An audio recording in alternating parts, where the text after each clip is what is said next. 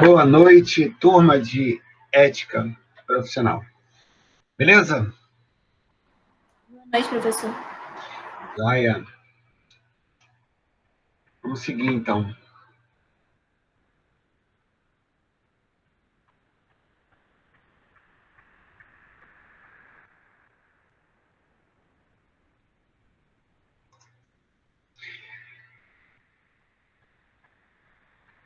Bom, pessoas, eu enviei hoje no e-mail do link um PDF que é o livro que eu costumo usar para as aulas de ética. Tá? Então, nós temos os 7 primeiros itens, que é a introdução e 6 capítulos. Eu vou começar hoje com a introdução, que é bem pequenininho. E queria tentar passar um vídeo para a gente conversar também, tá? E é um vídeo, não se preocupem, que deve ser de 1 minuto no máximo. Vamos torcer para que dê certo, tá? Eu não sei se eu vou conseguir. Só vou preparar aqui rapidinho.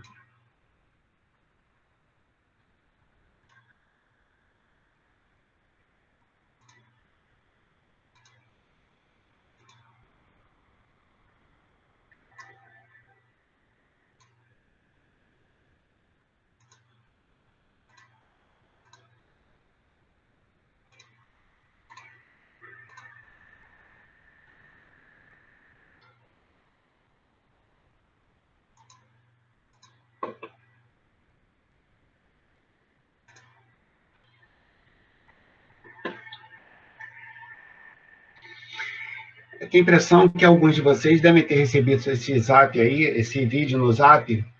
É um policial que está prendendo uma pessoa e o policial passa mal e a pessoa que ele está prendendo acaba salvando a vida do policial e o policial deixa de prender essa pessoa. Se você já viu, vamos conversar depois mesmo assim. Se não viu, vamos tentar entender. O áudio do vídeo está baixo, mas tem legenda.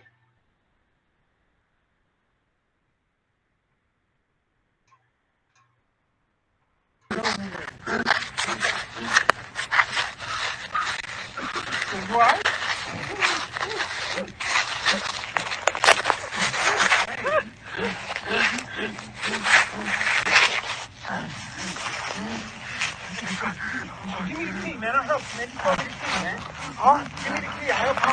All right.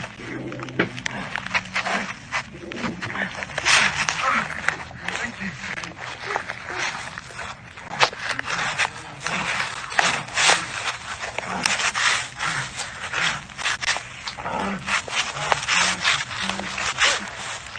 I got you, man. I got you. I got you.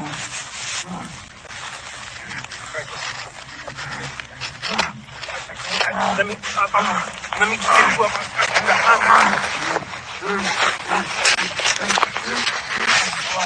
All right. Hold on. Right on front.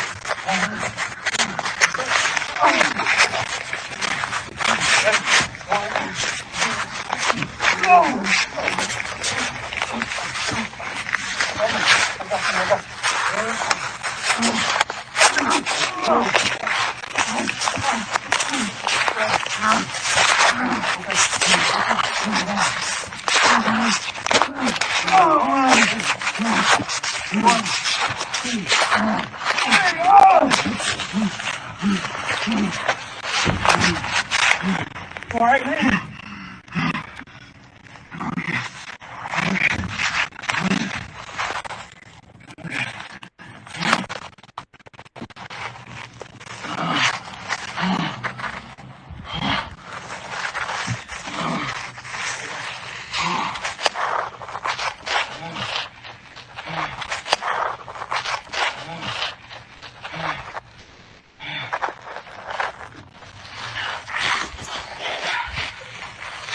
Listen, sir. It's okay. So you have a good day. Thank you. You just saved my life. Okay, I'm gonna call this in. You just saved my life. You saved my life. Okay. All right. Are you sure? You have a good day. All right.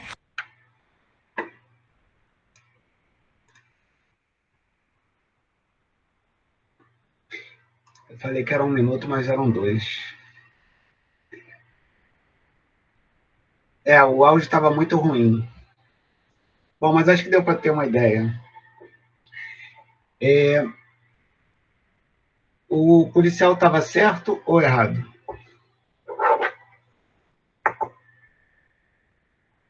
Alguém tem alguma opinião?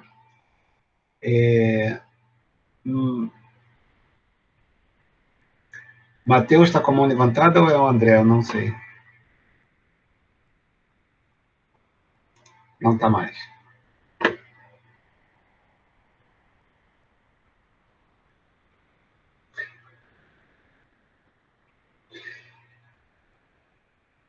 Então, estava errado, mas faria a mesma coisa, legalmente errado, profissionalmente errado, humanamente certo.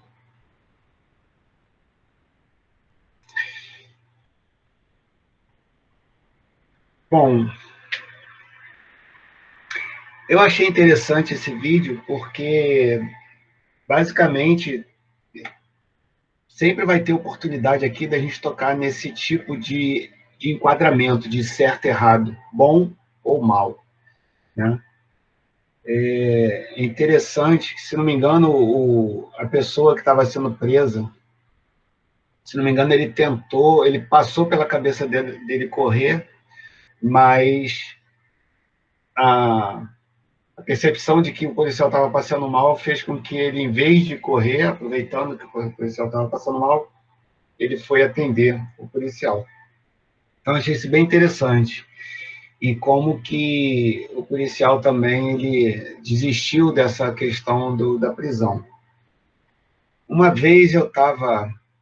eu servi no Exército durante um tempo, e um amigo meu fez prova para a Polícia Federal e passou por um psicotécnico e pedi para ele me falar algumas questões.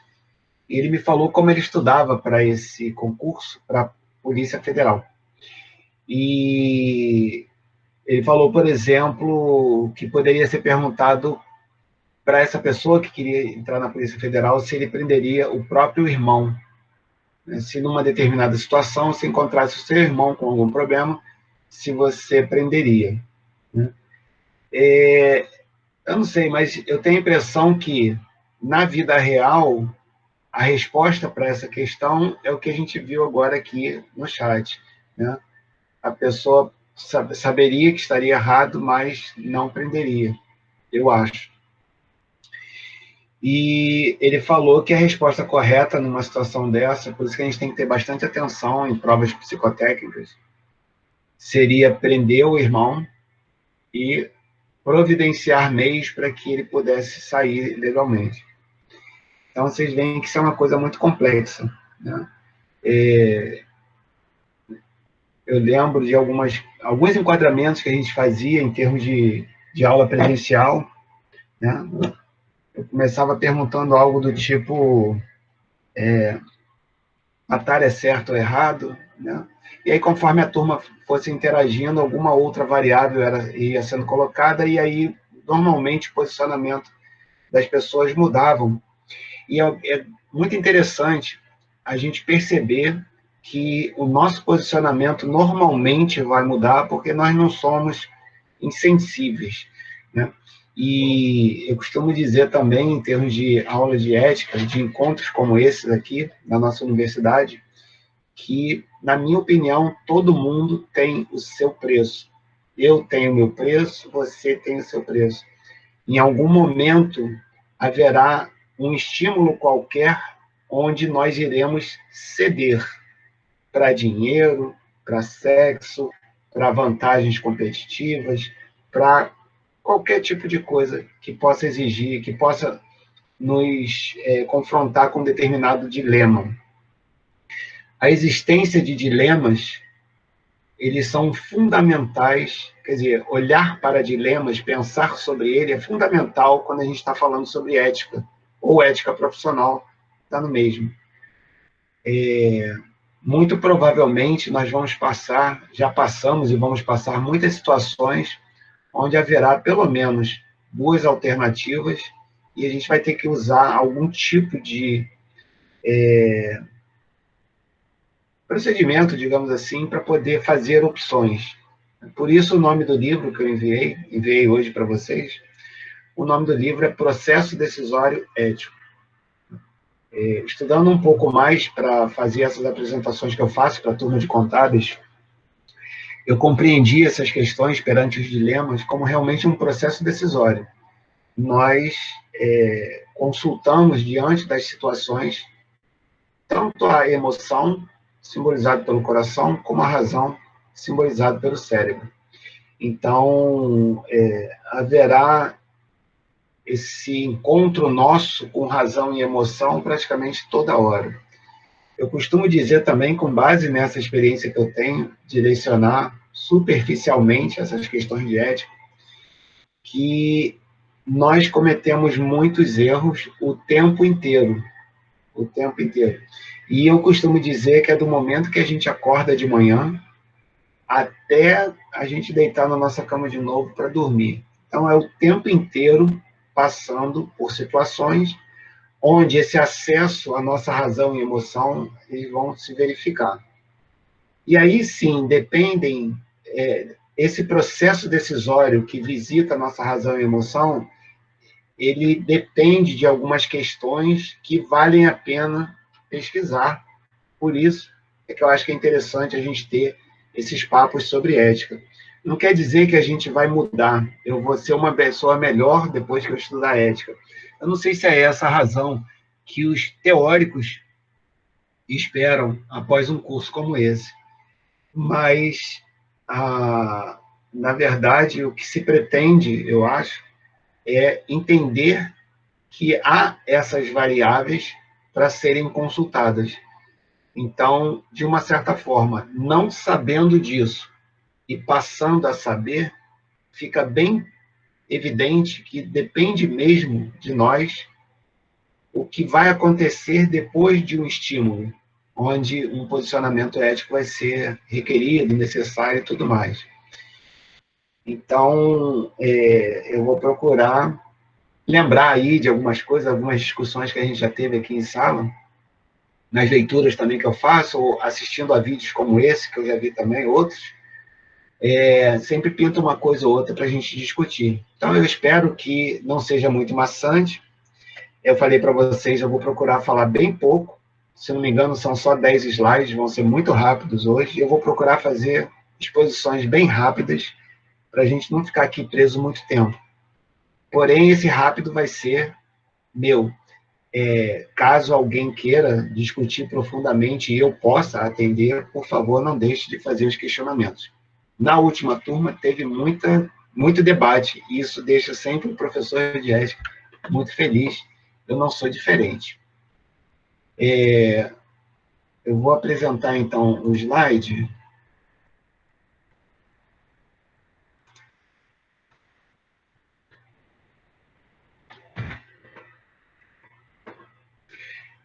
Eu queria lembrar que, durante a apresentação, eu não vejo a tela, ok? E se alguém quiser falar alguma coisa, se for pelo chat, eu não vou conseguir perceber, aí eu preciso que alguém fale, por favor.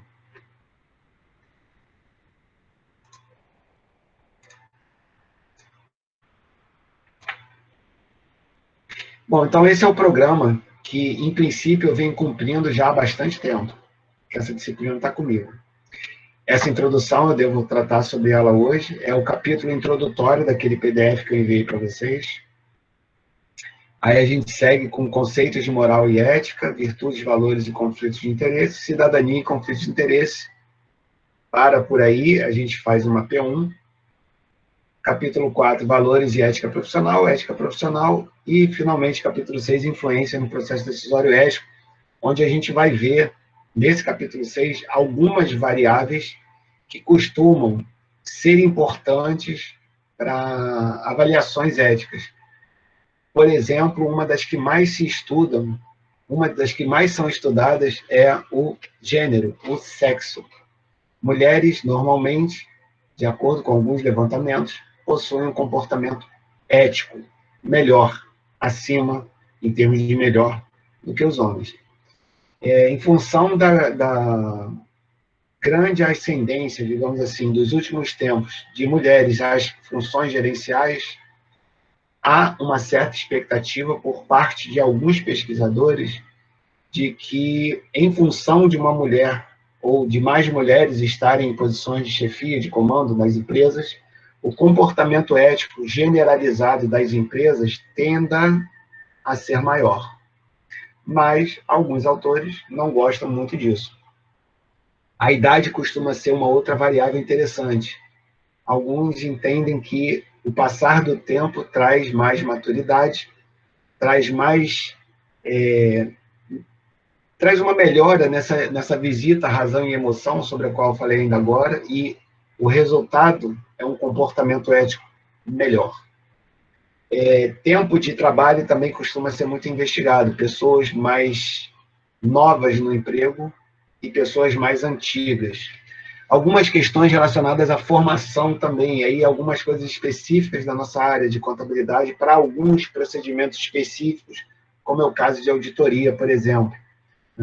Tem alguns estudos que verificam que o fato de você ter uma formação específica em alguma questão técnica, ele te diferencia de pessoas que não têm formação técnica. Por exemplo, 2 pessoas em nível gerencial, uma entrou nessa função gerencial por formação, digamos assim, já foi contratado depois do nível superior, tem feito, por exemplo, e outra situação onde a pessoa teria vindo de baixo na empresa, onde ela não teria essa formação gerencial, percebem-se algumas pesquisas uma diferenciação para melhor nas pessoas que têm formação técnica. Então, isso tudo deve ser falado lá no finalzinho do nosso curso. Bom, vamos começar então. Prometo que vai ser rápido. Então, eu enviei para vocês hoje, dia 25, esse livro aí. Ele é produzido lá pelo CRC, na página do CRC, ele está lá, ele é gratuito. E normalmente eu uso, porque para mim ele é muito bom. E ele foi produzido lá dentro do CRC e ele é bem interessante. Bom, introdução, vamos lá. Segundo o livro, o fato de se reportarem muitos escândalos ultimamente, e a imprensa é muito responsável por isso, tem surgido no mundo inteiro o interesse pelo estudo de ética. Quando eu era bem mais jovem, por exemplo, na época do meu ensino fundamental, ensino médio, não existia esse tipo de abordagem, né? Vamos estudar ética e tudo mais. Isso é uma coisa razoavelmente recente. E existe uma percepção de que a imprensa é grande responsável por trazer à tona essas questões que são chamadas de escândalo. Então, isso sugere muito que se estude ética, né? Poxa, com a ideia de que, de repente, a quantidade, a qualidade dos escândalos seja menor ao longo do tempo. Tá? Bom, os stakeholders, né, digamos assim, os que, de alguma forma, têm algum tipo de interferência de gestão ou de participação, etc., nas empresas, pressionam organizações. Existe uma ideia de gestão do comportamento. Ética é comportamento, é muito estudado em psicologia, por exemplo. Né? A ideia é a redução de condutas ilegais e antiéticas. A gente espera muito das empresas, porque nós somos servidos por elas na sociedade. A gente tem uma certa expectativa de que as empresas e as pessoas por trás das empresas ajam de maneira ética. Quando eu vou fazer uma compra e eu recebo uma caixa fechada com um produto lá dentro, não passa pela minha cabeça que alguém tenha colocado uma pedra lá dentro em vez do que eu quero comprar, e eu levo para casa uma pedra em vez do produto, digamos assim. Então, existe uma certa expectativa de que a outra parte cumpra o papel social. Né? Então, isso em relação ao nosso trabalho de contabilidade, existe uma percepção na sociedade de que a nossa classe contábil produza o nosso trabalho de maneira ética. Tanto que o próprio CRC, a razão de existir do CRC, Conselho Regional de Contabilidade, uma das razões principais é justamente essa vigilância ética. O Conselho existe não só para fazer o registro e o acompanhamento dos profissionais ao longo da carreira, mas também como se fosse uma patrulha ética do comportamento profissional dos contadores e técnicos em contabilidade. Existe uma agenda mínima, organizações como a OEA, Organização dos Estados Americanos, a OCDE, que é a Organização de Cooperação e Desenvolvimento Econômico, a ONU, Organização das Nações Unidas, existem nessas organizações uma, digamos, forçação de barra para os países para que esse tipo de coisa, que está escrito lá em cima, né, que seja desenvolvido o interesse no estudo da ética. Então, vamos colocar a ética nos currículos. Provavelmente foi por causa disso, lá na Gênese, né, quando o estudo surgiu, que isso veio parar aqui no nosso curso. Então, a ideia é o combate à corrupção e a promoção da ética. Mundo científico, estudo sobre ética dos comportamentos. Como acadêmico, quando fala mundo científico, isso tudo me chama muita atenção.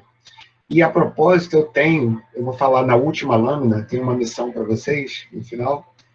Eu costumo fazer uma pesquisa para os alunos quando chegam aqui nessa disciplina.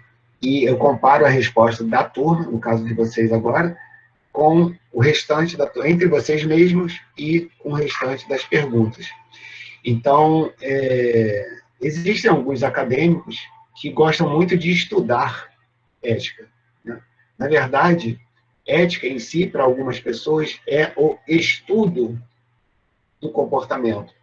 Então, até nesse sentido, falar ser mais ético não faria muito sentido, né? Porque ética, simplesmente, é olhar para esses fenômenos, como esse que a gente assistiu agora, esse filmezinho aí do policial fazendo a prisão e desistindo.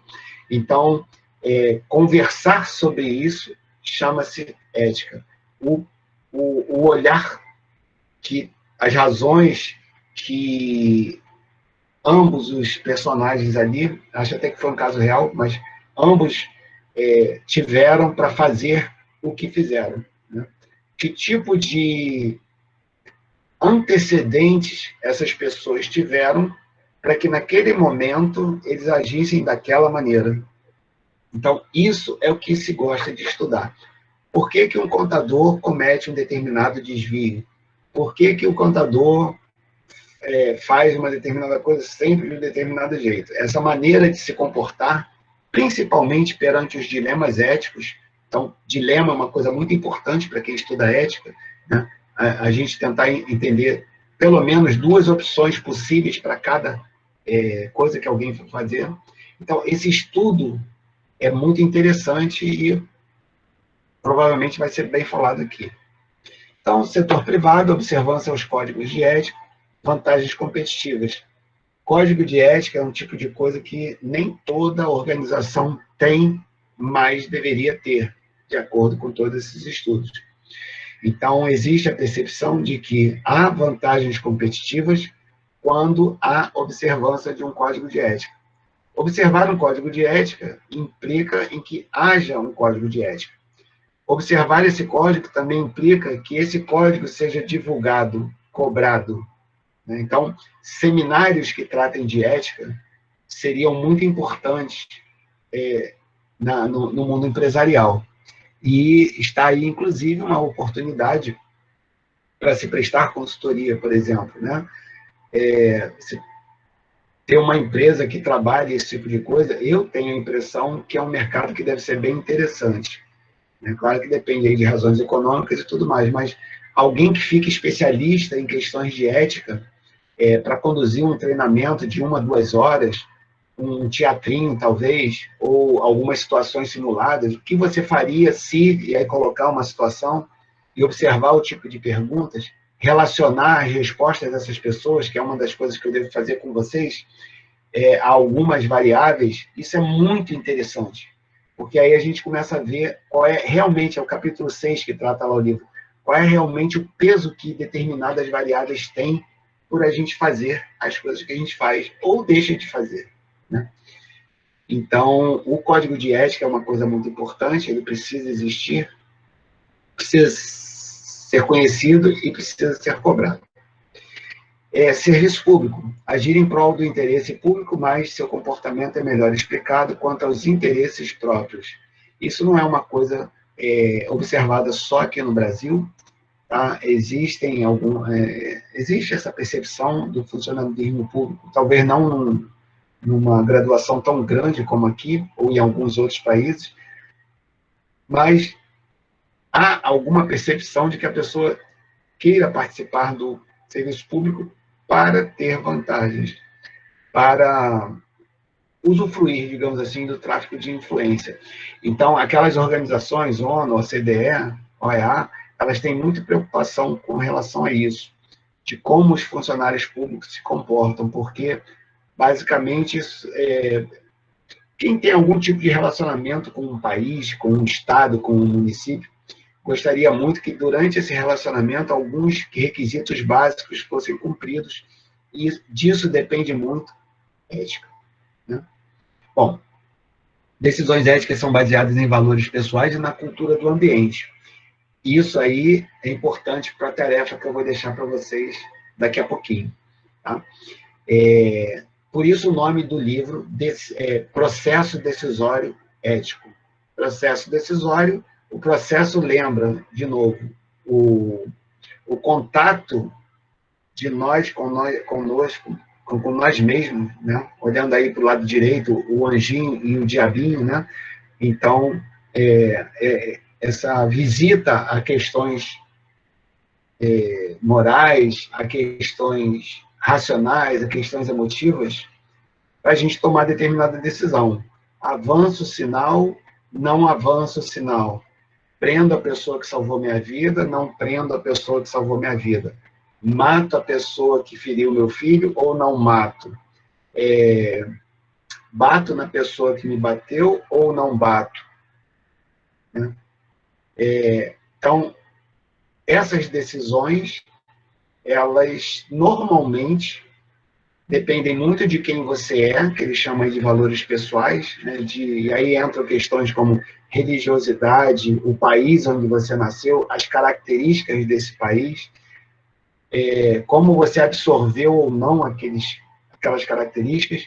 Dentro de uma aula de ética, por exemplo, a gente estava falando de diferenças de comportamento de pessoas regressas de determinados países. Surgiu o papo sobre a Inglaterra, e uma menina que já tinha morado na Inglaterra comentou uma coisa que eu achei muito interessante, que eu pedi para falar em coisas que a gente talvez não soubessem sobre culturas fora do Brasil, e ela falou da percepção que a gente tem da pontualidade britânica, isso está até em jargões por aí, e que os ingleses que ela conhecia, com quem ela convivia, não eram pontuais. Então, na opinião dessa pessoa, a pontualidade britânica não é tão pontual assim. Eu achei que fosse. Né? Então, a impressão que eu tive ouvindo essa pessoa é de que isso não é exatamente assim. A gente tem essa percepção. Né? E também na cultura do ambiente. Então, eu, como professor universitário da UFRJ, eu tenho o meu jeitão de ser muito moldado pelos 20 e tantos anos já que eu estou aqui nessa atividade. Então, é meio difícil eu não ter muita influência dessas variáveis no meu comportamento. E aí também o fato de eu ser contador, o fato de eu ter mestrado e doutorado, um monte de coisas influenciam na maneira como eu ajo. Como eu disse aqui eu já fui militar durante um tempo em 2 forças, Exército e Corpo de Bombeiros. Então, parte dessa maneira de ser militar está em mim, mas numa fração ainda bem pequenininha, porque imagina, eu não fiquei o tempo que a galera que entrou comigo ficou. Então, tudo isso influencia, né? Pessoas que vão para a polícia, por exemplo, pessoas que são médicos, pessoas que são professores, como eu disse ainda agora, né? Pessoas que trabalham no trânsito, pessoas que são burocratas. Então, a maneira como o ambiente ele acaba influenciando muito a maneira como as pessoas se comportam ali dentro. Então, vai ter lá uma tarefazinha que essa questão aí vai ser importante para você responder. Tá? É claro que não só essa tarefa, mas coisas de prova, avaliação, etc., depende muito do que você acha e como você suporta o que você fala. Tá? Não tem certo e errado. É o que eu acho. Relações humanas. Discutir a natureza do homem, a personalidade é decorrente das relações do indivíduo. Então, personalidade, né? Como você vai ser. Depende muito de como você se relacionou ao longo da vida. Hábitos e opiniões, então, esse relacionamento ao longo da vida vai te dar hábitos, né? Vai te dar opiniões. Quando arraigadas, resistem a modificações e nascem da estrutura do caráter. Se não me engano, uma dessas tarefas de fim de aula, em uma das turmas passadas, era justamente sobre isso daí que eu havia perguntado. O que você acha dessas opiniões arraigadas?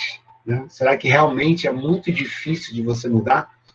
Imaginem, vocês têm hoje aí, eu acredito que na faixa dos 24, 26 anos, eu estou com 56 indo para 57, 30 anos de diferença entre a gente. Olha só que coisa, né? Então, imagina como algumas variáveis dentro da minha vida, elas vão ser difíceis de serem mudadas em função da minha idade, do fato de eu já estar muito mais rabugento do que eu era quando eu tinha a idade de vocês. Então, a gente tem que ter uma ideia de que quanto mais velho a gente fica, mais essas coisas sobre as quais a gente sempre acreditou na vida, mais elas vão estar cristalizadas. E é muito interessante esse tipo de discussão, principalmente quando a gente tem... Isso ocorre muito em aula presencial, quando tem troca de opiniões, né, em encontros de ética, por exemplo, para que a gente possa pensar de maneira diferente. Então, é muito saudável, eu diria, que a gente que tem uma determinada ideia fixa sobre um assunto, que a gente ouça com atenção os argumentos de uma outra pessoa, por mais diferente que a gente pense, seja em termos de religião, de política, de maneira como se trabalha, ou como se vive, ou como se ama, ou como se odeia, etc. Então, isso daí é muito importante e é também muito observado por pessoas que estudam ética. Fazer o que é certo ou bom é uma opção. Muito importante isso daí. Primeiro, o fato de certo bom. A gente vai estar toda hora aqui tocando nesse assunto. Certo, errado, bom e mal. Né? Por isso que eu fiz a pergunta sobre o policial. Ele está certo? É uma pergunta simples que quem tem alguma experiência estando na situação onde eu estou, coordenando uma turma de ética, uma aula dessa, é um prato cheio para a gente fazer alguns experimentos. Né? Porque com alguma prática, a gente começa a entender, pelas suas respostas, como você pensa. E aí é muito interessante, numa discussão sobre ética, você colocar, se eu já sei que a pessoa vai responder para cá, eu colocar a pessoa numa outra situação para avaliar isso, o quanto que esse desvio de situação faz com que a pessoa mude ou não de ideia. É o que está dizendo aí. Né? O fato de estar com questões arraigadas. Isso pode ser bom por um lado, pode ser ruim por outro. Né? Porque tem determinadas coisas, sei lá, se a gente conceber aqui agora que seria ser bom, e se a gente chegasse a uma conclusão 100% de aceitação entre nós todos do que seria ser bom, se esse conceito tivesse arraigado e fosse impossível da gente se soltar dele, isso seria uma coisa bacana. Mas a grande questão é, como será que alguém de nós vai falar algo que tenha uma aceitação de 100%, por exemplo, para o que venha a ser bom? Como é que a gente vai definir isso? Ser bom é o quê? Então, como é que a gente define o que é ser bom? E como é que a gente define que eu estou 100% atrelado a esse tipo de coisa? Então, ética, esses estudos todos são muito subjetivos e é bem interessante. São bem interessantes. Então, fazer o que é certo, que é bom, é uma opção. Essa questão da opção vem o título do livro, Processo Decisório Ético. Né? É uma opção. E uma questão de consciência de comprometimentos. A moralidade está baseada em princípios internalizados. Bom, esses princípios eles vão se acumulando em função da vida da pessoa.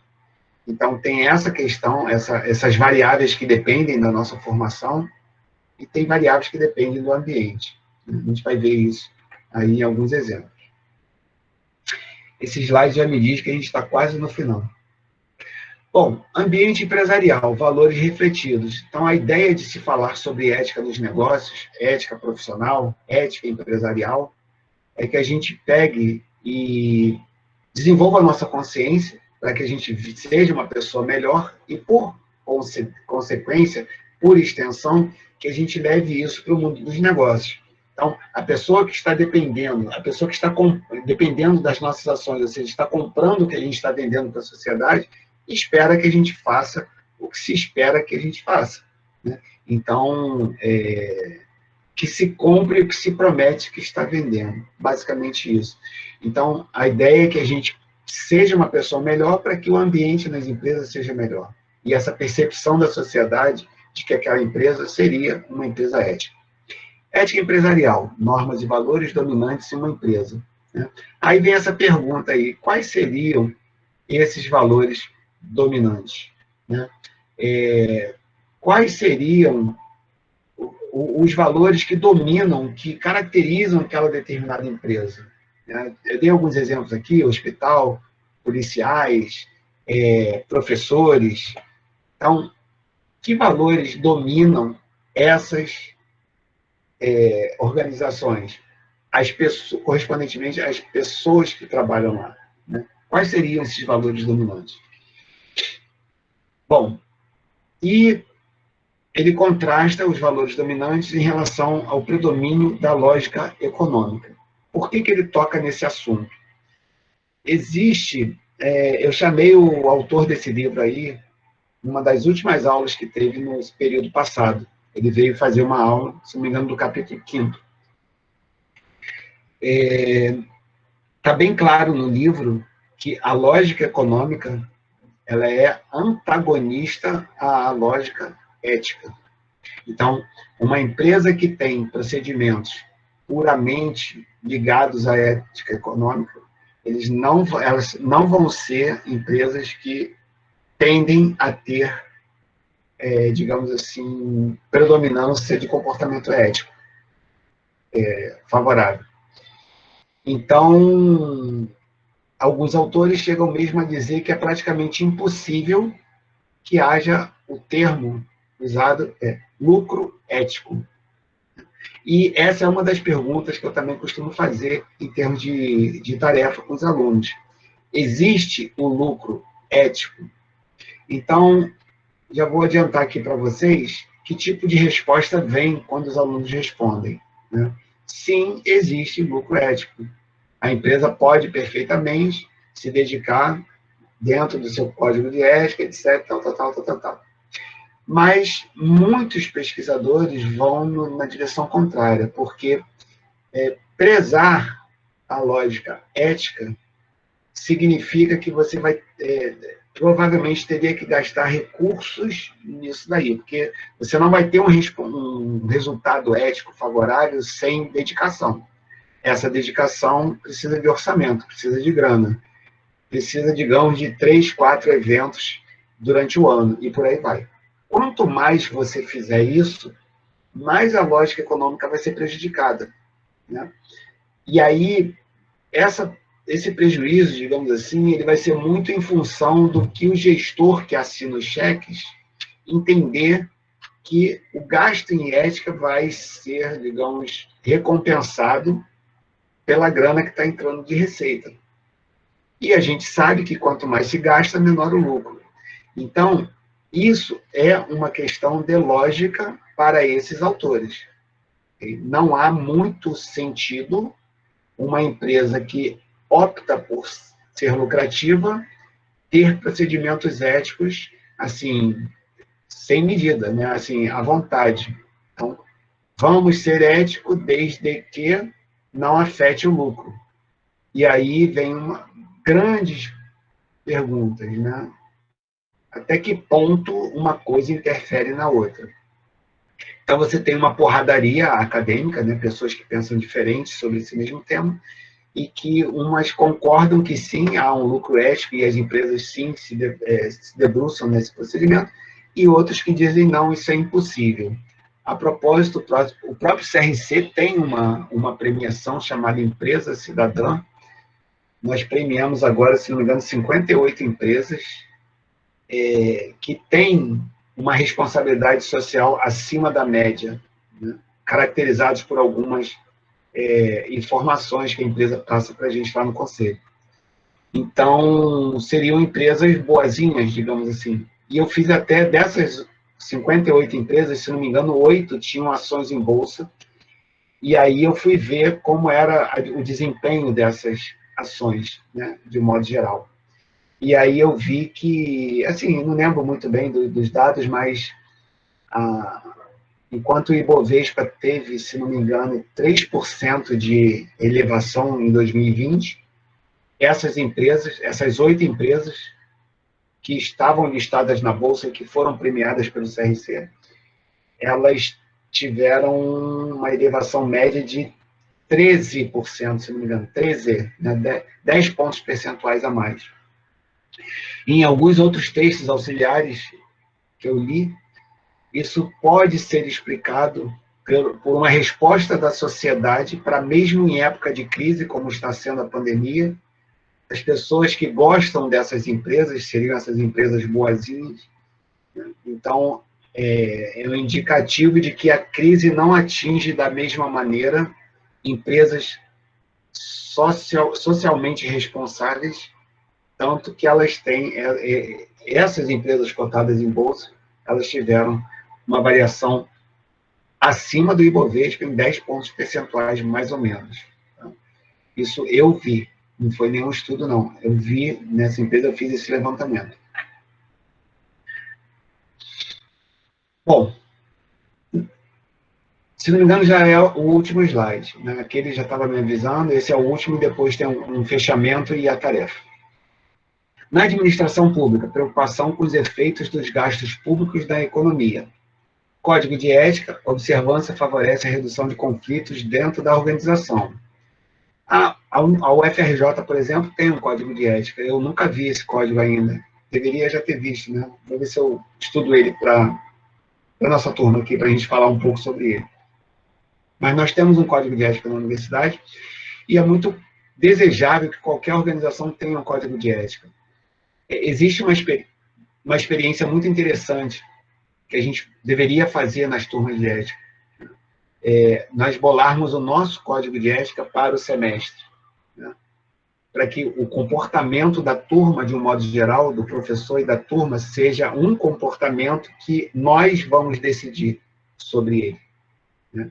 E aí os desvios para isso a gente veria ao longo do semestre, a gente deliberaria o quão bom ou mal isso foi, por que essas pessoas agiriam dessa maneira.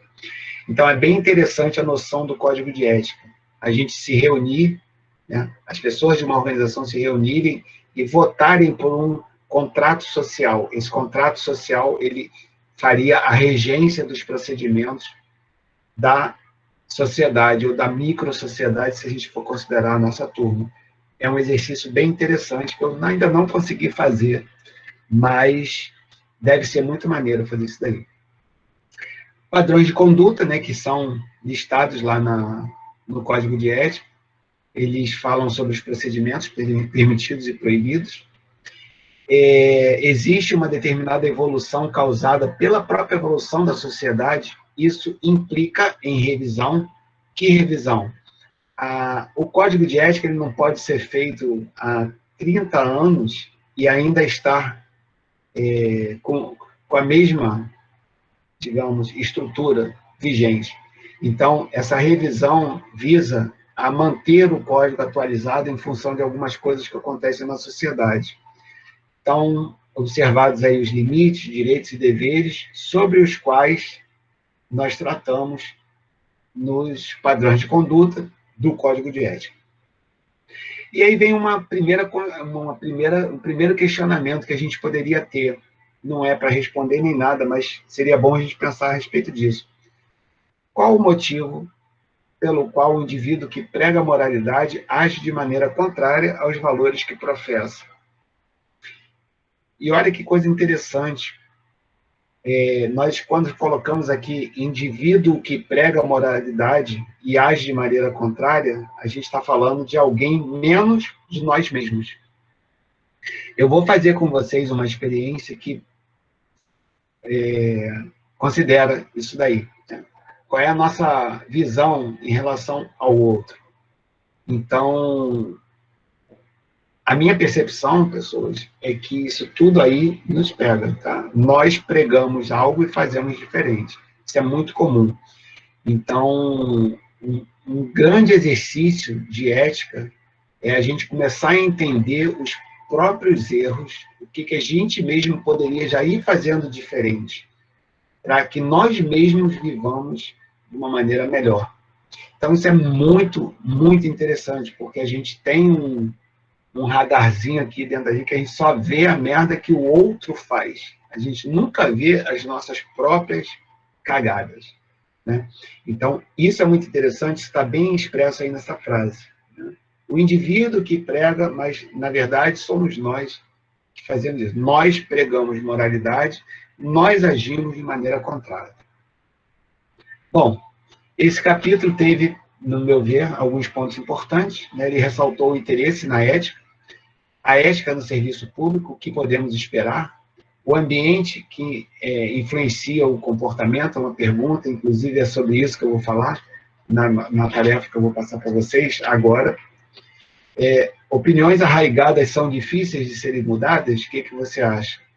E se forem opiniões que houvesse um consenso de que seria bom?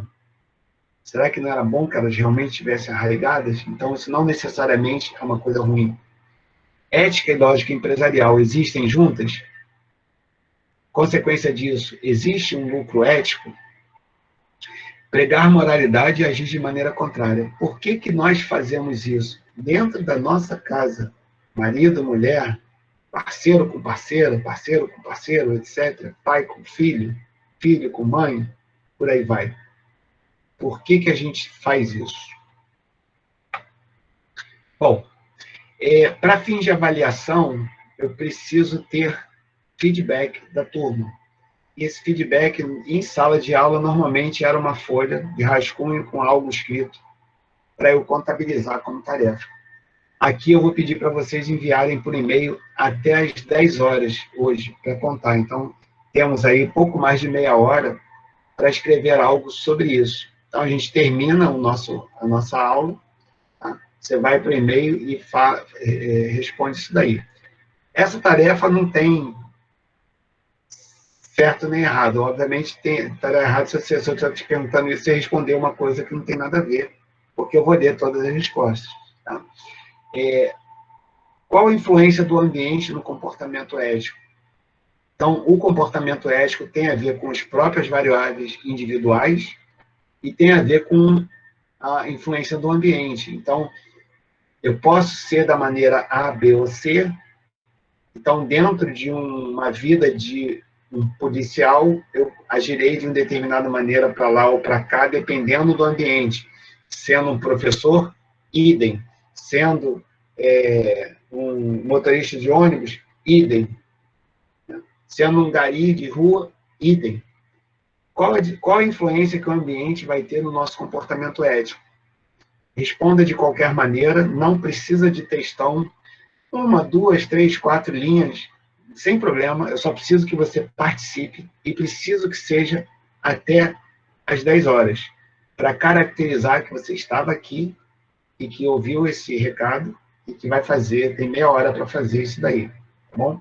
Então, essa é a tarefa. Conforme vocês vão mandando e eu identificar, isso vai contando score para você. No final do período, isso acaba revertendo em pontuação. Então, essa é a tarefa. Qual a influência do ambiente no comportamento ético? E eu vou enviar um questionário online. Esse questionário ele já está pronto. Em algum momento eu vou enviar para você. Você responde. A resposta que você vai colocar e também de alguns dados sobre você vão permitir que eu compare a turma desse período com outras. E é bem interessante, tem algumas conclusões que a gente já tira observando isso daí. Tá? Em algum momento eu vou enviar para vocês esse questionário. Próxima aula, terça-feira, normal. a gente se vê aqui de novo às 8h30. Ok? Deixa eu ver se tem alguma... Professor, Oi. só para confirmar, então não tem um número certo de linhas para responder? Não, Tatiane, eu acho uma linha só pouco, tá? Mas eu não vou, realmente eu não vou ver isso. Estou sendo muito sincero, eu só vou ver o seguinte: você respondeu, eu vou lá e marco. Você respondeu, não tem assim pontuação, tá? É só para ter interação mesmo, tá? Porque são poucas pessoas e eu preciso privilegiar quem está aqui. Então, uma vez ou outra eu vou pedir essas tarefas. Tá? Só dizer o que você acha sobre isso. Conforme vocês vão falando, vai entrando coisa na minha cabeça, aí eu uso em outras aulas. É para isso que eu faço isso. Tá bom? Não se preocupa com o número de linhas. Professor, Sim? só o nome já basta? Colocar o nosso nome, por exemplo, Luana, não precisa de DRE nem nada do tipo não, né? Não, só o nome. Por isso que eu pedi o nome completo. Quando você manda um e-mail para mim, no meu e-mail do Hotmail já tem lá o nome completo de vocês. Então eu consigo, pelo e-mail, identificar. Tá? Entendi, tudo bem, obrigado. Nada, só o nome mesmo. Pessoal, bom fim de semana, bom feriado que não é feriado, mas que talvez seja, tá? Terça-feira a gente se vê de novo, se Deus quiser, 8h30. Beijo para todo mundo. Professor, só um adendo. Fala aí, André. Eu queria te informar que eu não recebi o livro do senhor. Ué? Alguém mais não recebeu? Também não recebi, não, professor. Ué, não foi no e-mail de hoje? Eu recebi. Caramba. Bom, a André falou, né? Assim que acabar a aula, eu vou mandar um e-mail agora com o livro anexado para a turma de ética. Ok. Professor, perguntaram... Pode falar, André. Eu acho que eu vou falar o que tu ia falar, que o teu meme tá falando que se pode ser no corpo do e-mail, a resposta tem que ser no Word. Corpo do e-mail. Boa pergunta. Corpo do e-mail. Ok. Então tá Então ótimo. tá, pessoal. Só isso, pessoal. Vamos fazer a tarefa. Não envie a tarefa após as 22 horas, por favor. Boa noite, galera. Tchau, tchau. Tchau, professor. Boa noite. Tchau, tchau. Professor, boa noite.